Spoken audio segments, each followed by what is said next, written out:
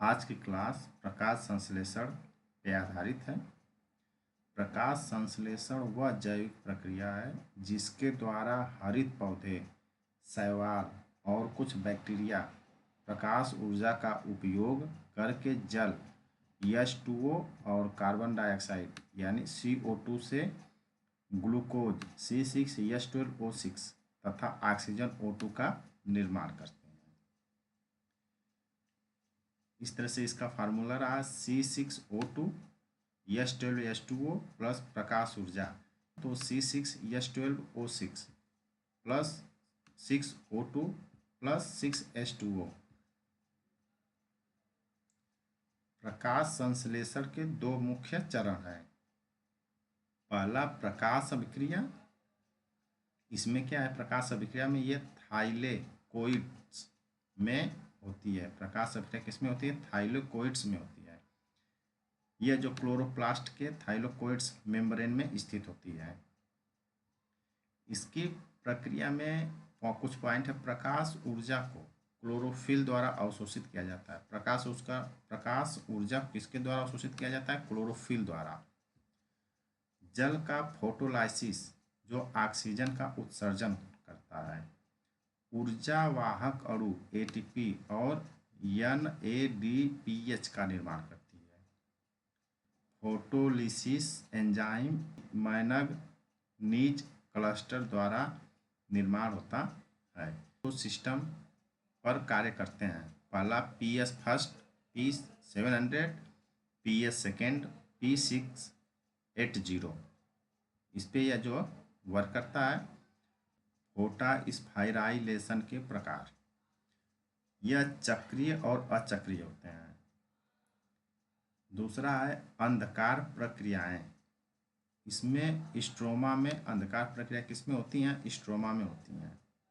यह क्लोरोप्लास्ट का स्ट्रोमा में स्थित होती है।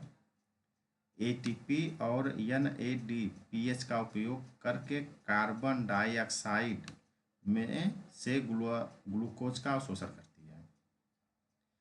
प्रक्रिया जो है ATP और NADPH का निर्माण करके कार्बन डाइऑक्साइड से ग्लूकोज का संश्लेषण करती है। कौन? अंधकार प्रक्रिया में होता है। इसका मुख्य पद क्या है? कैल्विन चक्र होता है इसका।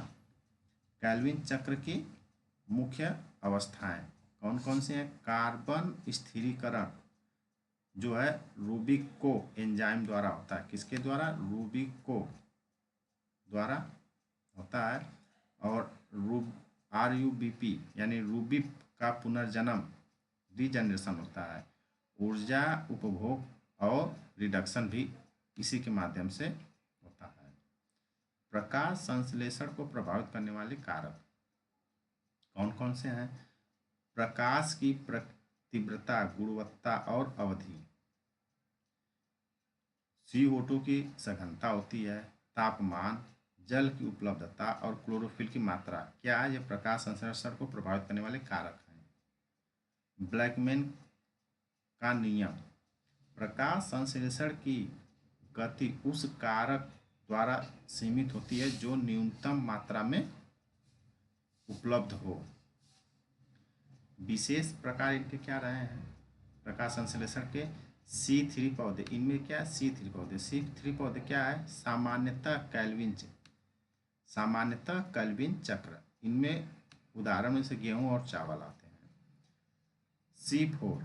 C4 क्या है? प्रकाश संश्लेषण का विशेष रूप जिसे CO2 का प्रारंभिक स्थिरीकरण 4 कार्बन यौगिक में होता है। उदाहरण में आता है इसका मक्का और गन्ना। कायम पौधे क्या होते हैं? रात में CO2 का अवशोषण करना। इसमें क्या है? कैक्टस है। प्रकाश संश्लेषण का वैश्विक महत्व।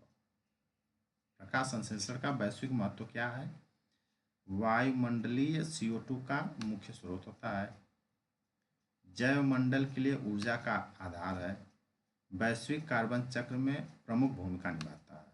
क्या है? यह वैश्विक कार्बन चक्र में प्रमुख भूमिका निभाता है। प्रकाश संश्लेषण का चैप्टर समाप्त हुआ। दोस्तों, चैनल को लाइक, सब्सक्राइब और शेयर करें।